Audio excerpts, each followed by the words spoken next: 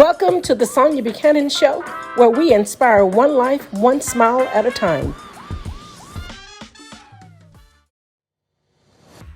Great day, everyone. It is time for the Sonia Buchanan Show, where we inspire one life, one smile at a time. Listen, we have a great show for you today. And let me go ahead and give you the title. And then the next segment, I want you to take a watch and a listen. And then we're going to come back and dive into the subject. The subject today is called What Happened to It?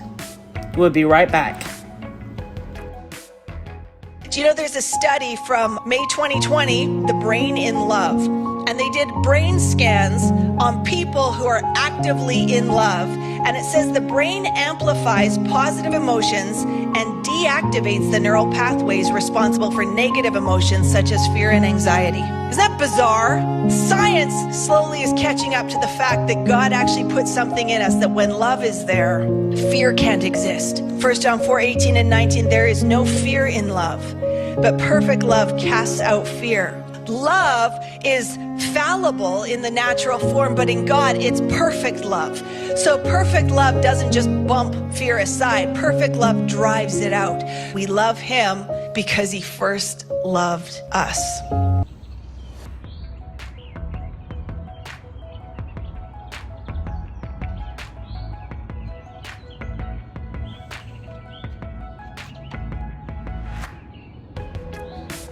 Welcome back to the Sonia Buchanan Show, where we inspire one life, one smile at a time. Again, our title today is called What Happened to It?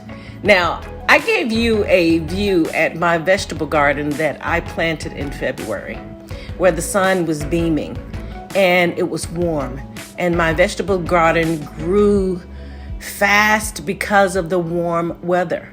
And now I'm showing you, and it's March. It's in the maybe third week of March, and my vegetable garden has died. Okay, I gave you a segment of a video, and it talks about love and how it nourishes the brain. And I know you says, what does this have to do with your vegetable garden? It has a lot to do with it, because I want to talk to you all about something that's very important, that it will touch your life. It will touch everyone's life. It will give you an understanding about things that die out and things that are not flourishing, because it all has the same occurrence: coldness.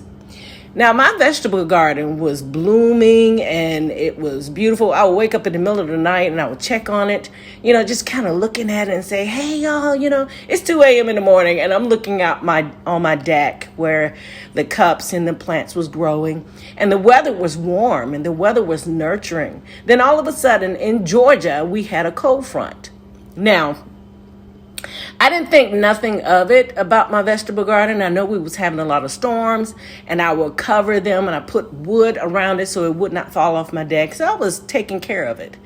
But one of the things that I did take notice, and I wanted to use this example for our show today, and also give you that clips of that video when the woman was speaking about that love would cast out anxiety and fear, and love would pretty much cast out everything, because our whole nation, everything that we do, every part of our life, when we wake up in the morning, love is one of those essence and those remedies that will cure everything. And it also brings warmth to a person. You ever notice that during the wintertime, a lot of people start to cohabitate and they start getting into relationship and the warmth, and they go through a winter storm together and they come out stronger than before? Well, this all has to do with my vegetable garden. Now, I'm going to be honest with you. My sister, she did inform me. She says, we're going to have a cold front. You may want to bring your vegetables inside. Okay. Now, bringing my vegetables inside my home would have saved my vegetable garden. It really would have. But no, I did not give my vegetable garden the nurturance that it needed to bring 105 cups of vegetables into the house, because I was being lazy, and I was like, oh, they're going to be okay. They'll be okay outside. They're plants that they can probably endure the temperature. No, they cannot endure the temperature of coldness. And neither can you. You as a person cannot endure the cold nature that is in an atmosphere. Now, let's think about this, because I truly believe nature and people and just everything, we all have the same, the same reaction to coldness and to warmth. And there's no difference. There is certain things that are different, but when it comes to something that is alive, that is able to thrive in the best nurturant environment, we're all the same. We're no different than nature. And I wanted to use this as an example because, of course, I can go back and replant the plants and they would do the same thing and grow. But I wanted to take the time out today on our show and give you an example of what coldness does to a living vessel, a living specimen. It kills it. It destroys it. Coldness. And in the segment where the lady was speaking about love has a way of casting out fear. Love has a way of casting out anxiety. Love has a way of causing something that seemingly dying to thrive again. It is very important that we have the understanding that love is a warmth atmosphere that you can give anything and bring nurture.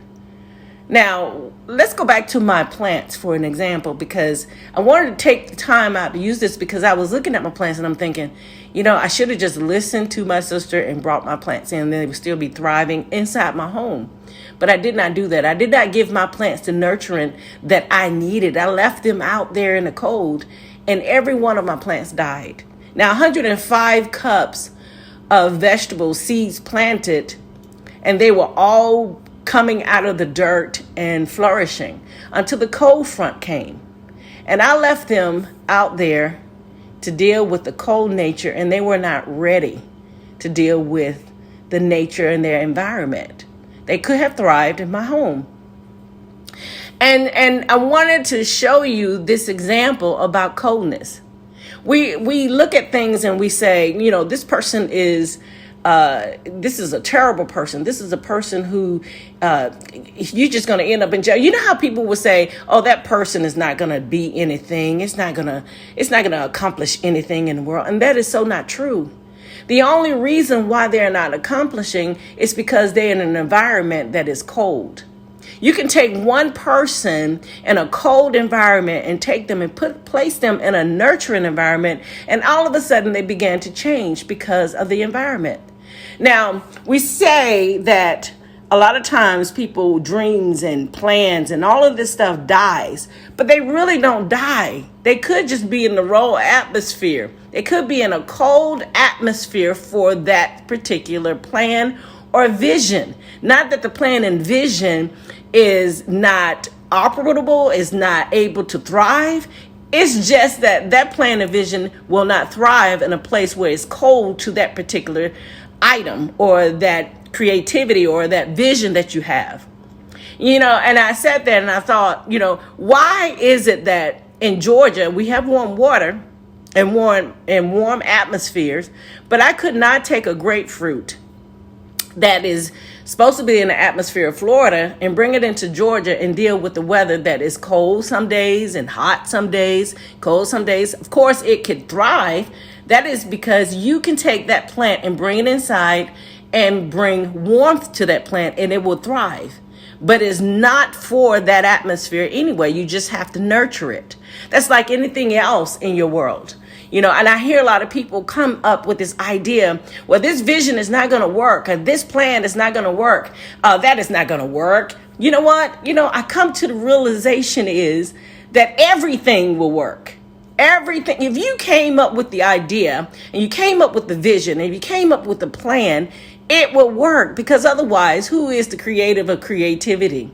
You were creating an idea that came up in you and said, this is going to be a great idea. But you have to look at whatever it is that you came up with, that idea and the creativity of that particular thing.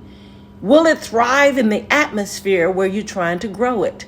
Because that could be the key element of why it is not growing, why is not flourishing, why is it not thriving, or why is it that when it gets to a certain growth and you see the activity of it, and then all of a sudden it dies. Just like my plants. My plants was thriving. It was warm here in Georgia in February, which was I thought was interesting because it's never a moment where in February it's spring weather. So I'm thinking spring came early. So I never thought about, well, maybe I should wait to the end of March when spring is actually activated.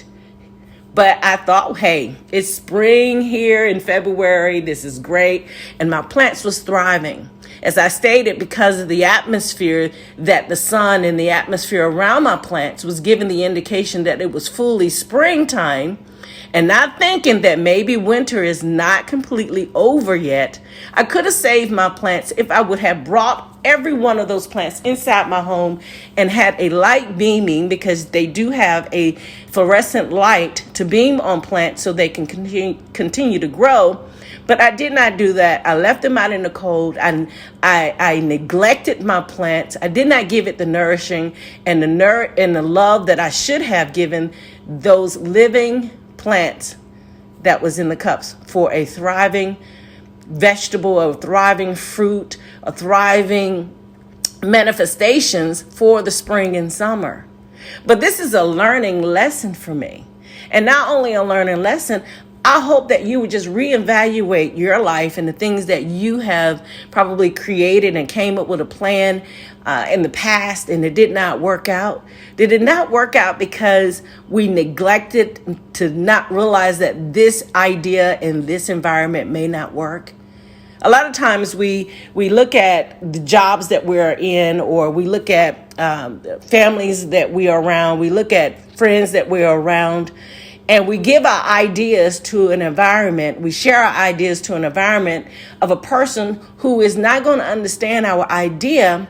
And it gave an atmosphere to the idea, and your idea died because you shared it with the wrong environment. Versus somebody who is excited about ideas and excited about creativity. You can share it with them because they will always be excited. They may not relate to your plan or your vision, but they relate to an atmosphere of love and nurturing ideas and helping you staying motivated, keeping your momentum up so that your plan will thrive. We have to realize that every environment, to a vision, to a child, to nature, or to plans and vacations and whatever it is that you're trying to do that brings joy to you, it is something is sacred, and you have to be aware of the environment in which you share that information or which you place that plan around that environment, because your plan, your creativity may not thrive in that environment.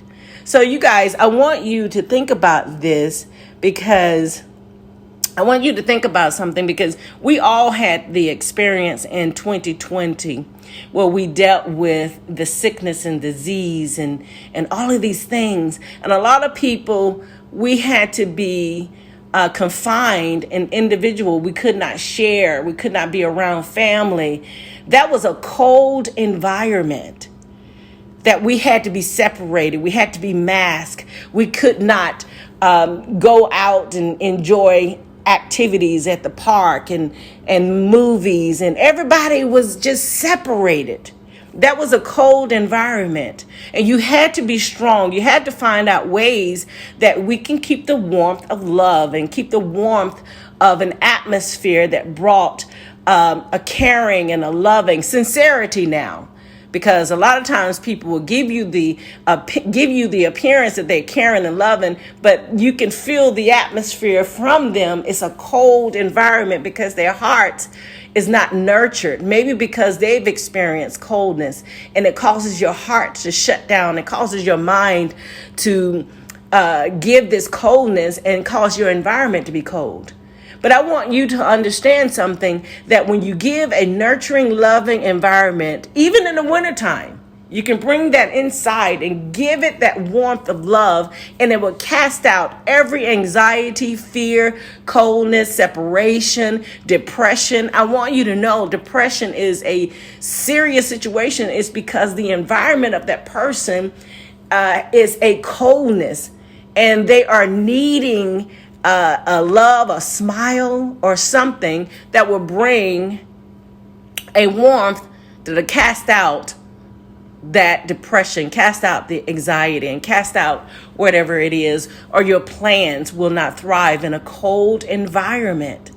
You all, please, if you have an idea and you have came up with a vision that you put down and you thinking this is not going to work, this is not happening, nothing is flourishing, but I want you to go back and pick up whatever it is and dust it off. Speak to it. Bring life to it. Bring nurturing to it. Bring love to it until it comes back alive. Like I stated with my vegetable plants, I'm going to go back this week. I'm going to wait maybe at the end of March to make sure that we will not have another cold front. And I'm going to replant those seeds. Because one thing that I do know is the seeds in the dirt was nourished enough to grow my plants.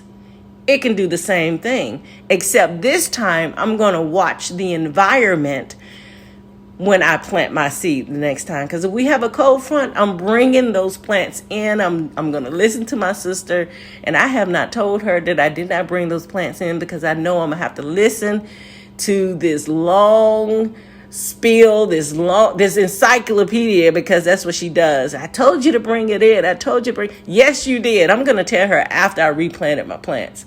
I'm not going to tell her right now because I don't want to hear it. I just need to I just need to redo it and be confident enough that the plants is going to regrow. That's what you have to do with your vision. That's what you have to do with your plans. That is what you have to do with your children. That you have to find out if they're reacting or they're having tantrums. Is it somewhere in their life that they are having a cold environment? We have to really look at that, because everything that has a living specimen, a thriving, it have the capabilities of thriving, is it experiencing a cold environment around it? Because you may need to take, when we're talking about human beings, you may need to take that human being and that person and take them out of a cold environment to them. May not be a cold environment to you, but it could be a cold environment to them, and place them in another environment where they can thrive. Okay? I was just so excited to share that. Although my plans died, I was just really just like, oh man, I got to do all that work again, but that's okay. Because I do know doing all that work is going to bring a manifestations, not just to bless me, but to bless others. Because usually when I am doing a garden, the manifestations grow so much. I'm the only one that's eating the vegetables, and they will die if I do not eat all of it. And that is a lot of manifestation, so I have to share it with my neighbors. But think about that, you guys. Dust off those plans and those visions that you once had. Rethink about the child that's retaliating at school. There could be that they are having a cold environment that's happening to them, the reason why they're acting out. We act out when we're in a cold environment. Sometimes we go to jobs and management changes and all of this stuff, and all of a sudden you start to have this irritation and you just mean and mad. That's because the environment changed. They may have hired a manager or the company CEO or whatever it is. They have a new one, and you know that the environment changed. The people start acting kind of mean and hateful. That's a cold environment. Two things could happen. You either can go look for another job, or you have to change the environment by what you bring. Because you know energy is transferred. Energy is transferred. So if your energy is nurturing and warm in a cold environment, maybe you can be the seed planting so the environment would change. But however it is, I wanted to share with you today about my vegetable garden, how the cold environment killed every one of my plants. And I have planted seeds in 105 cups, and every one of my plants died when they were thriving in a warm, sunny environment. But when the cold front came, every one of those plants died. Now, I could have saved them if I would have brought them into a warm environment, which is my house, but I did not do that. Think about that, you guys. Let's think about our environment. Is it cold or is it warm? That's all I wanted to talk to you all about today. And again, our title is called What Happened to It? Listen, you guys, I want you to go forward and reevaluate your life. Is it a warm environment or is it a cold environment? This is your girl, Sonia Buchanan, with the Sonia Buchanan Show, where we inspire one life, one smile at a time. See you next week.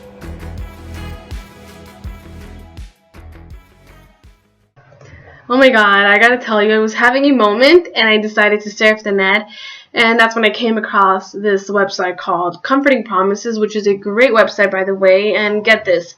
On the website was a featured book called The Journey by Sonia Buchanan that was recently published. So I immediately downloaded the ebook on Kindle because it talked about, having faith for your life purpose. And let me tell you, the book is super great. I was so motivated to get back into the game, pursuing my goals.